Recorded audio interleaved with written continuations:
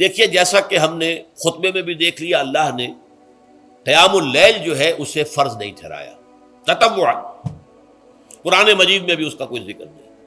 احادیث میں اس کی تشویق و ترغیب پوری موجود ہے، ایک اور حدیث بھی ہم بعد میں پڑھیں گے اس پر۔ اس کا پس منظر کیا تھا کہ اس کو چھوڑ دیا گیا۔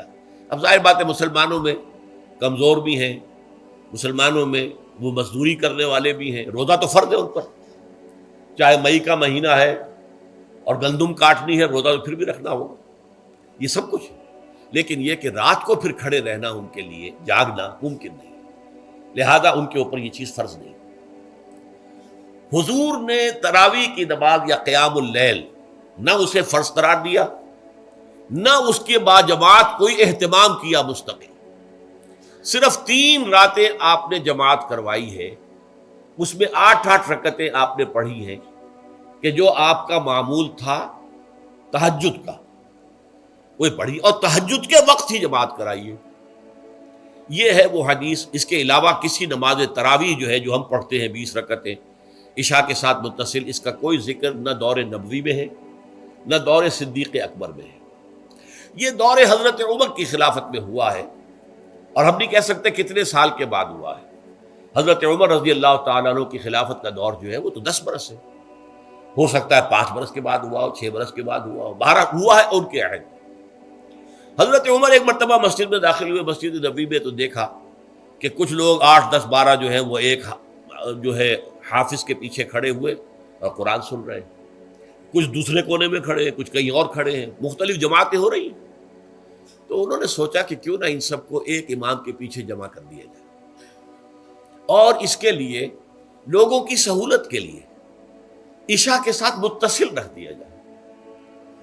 اس لیے کہ تہجد کے وقت اٹھنا جو ہے وہ تو ہر کس و ناقص کا کام نہیں ہے،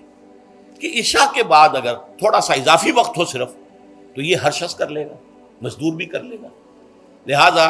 آپ نے یہ نظام تجویز فرمایا کہ عشاء کے متصلاً بعد 20 رکعت نماز پڑھی جائے اور ایک امام کے پیچھے پڑھی جائے۔ یہ گویا کہ اجتہاد ہے حضرت عمر رضی اللہ تعالی عنہ، اس کو آپ نے خود بدعت بھی قرار دیا ہے، لیکن بدعت حسنہ۔ بدعت کس اعتبار سے؟ لغوی اعتبار سے، نئی بات، اس لیے کہ حضور کے زمانے میں نہیں تھی، تو یہ اس طریقے سے ایک نئی بات ہے، لیکن یہ بات چونکہ بہت اچھی ہے، بہت عمدہ ہے۔ آپ جب یہ نظام چل پڑا تو ایک دن مسجد میں آئے، دیکھا کہ بڑی بھری مسجد ہے، صحابہ کھڑے ہیں اور ایک امام کے پیچھے قرآن سن رہے ہیں۔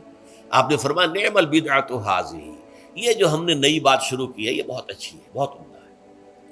اب یہاں سے فرق واقع ہو گیا ہے۔ ایک تو اہل تشیع جو ہے وہ تو ویسے ہی حضرت عمر سے بہت دشمنی رکھتے ہیں، عناد رکھتے ہیں، تو حضرت عمر کے اجتہادات سے انہیں نفرت ہے، انہیں دوری ہے، چاہے وہ کوئی سا بھی حضرت عمر کا اجتہاد ہو۔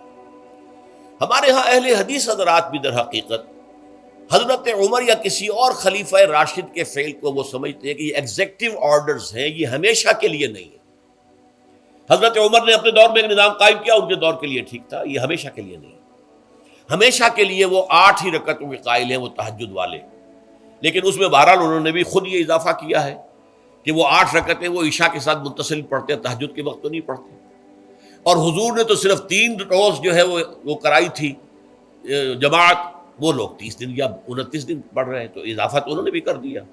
تو نظام میں تبدیلی تو ہو گئی۔ لیکن اہل سنت جو کہلاتے ہیں، ہمارے جو 4 جو ہیں، جو ہمارے مسلک ہیں، حنفی، مالکی، شافعی، حنبلی، ان کا اتفاق ہے اس پر حضرت عمر کا، کیونکہ ان کے سامنے اصول یہ ہے کہ حضور نے فرمایا علیکم بسنتی وسنت الخلفاء الراشدین المہدیین، تم پر لازم ہے کہ میری سنت کو پکڑو مضبوطی کے ساتھ، اور میرے خلفاء راشدین مہدیین جو ہیں ان کی سنت کو پکڑو۔ اس اصول سے یہ 4 فقہیں جو ہیں حضرت عمر کے اجتہادات جو ہیں، الذین معک، اے اللہ کے نبی، اللہ خوب واقف ہے کہ آپ بھی اور آپ کے ساتھ ایک جماعت بھی رات کو کھڑی رہتی ہے، 2/3 رات یا آدھی رات یا 1/3 رات، تو یہ سارا معاملہ جو ہے قیام اللیل کا، گویا کہ کم سے کم 1/3 رات پر اس کا اطلاق ہو سکے گا، یہ نہیں کہ 1 گھنٹے۔ اب کس کے ضمن میں دیکھیے حدیث پڑھیے، تیسری حدیث ہے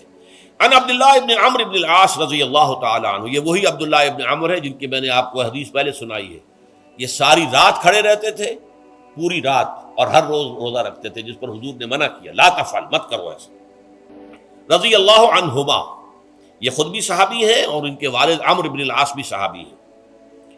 ان رسول اللہ صلی اللہ علیہ وسلم قال، کہ اللہ کے رسول صلی اللہ علیہ وسلم نے فرمایا، الصیام والقرآن یشفعان للعبد، روزہ اور قرآن بندے کے حق میں شفاعت کریں گے۔ یقول الصیام، روزہ یہ عرض کرے گا اللہ کی جناب میں، اے رب پروردگار، انی منعتہ الطعام والشہوات بالنہار، میں نے تیرے اس بندے کو دن کے دوران کھانے پینے سے اور اپنی شہوت کا تقاضا پورا کرنے سے روکے رکھا، یہ میری وجہ سے روکا رہا، تو میری شفاعت اس کے حق میں قبول فرما، فشفعنی فیہ، میری شفاعت اس کے حق میں قبول فرما۔ ویقول القرآن، قرآن کیا کہے گا، منعتہ النوم باللیل، میں نے اسے رات کے وقت سونے سے، نیند سے روکے رکھا، فشفعنی فیہ، تو اس کے حق میں میری شفاعت قبول فرما۔ حضور فرماتے ہیں فیشفعان، ان دونوں کی شفاعت قبول کی جائے گی۔ یہ ہے قیام اللیل۔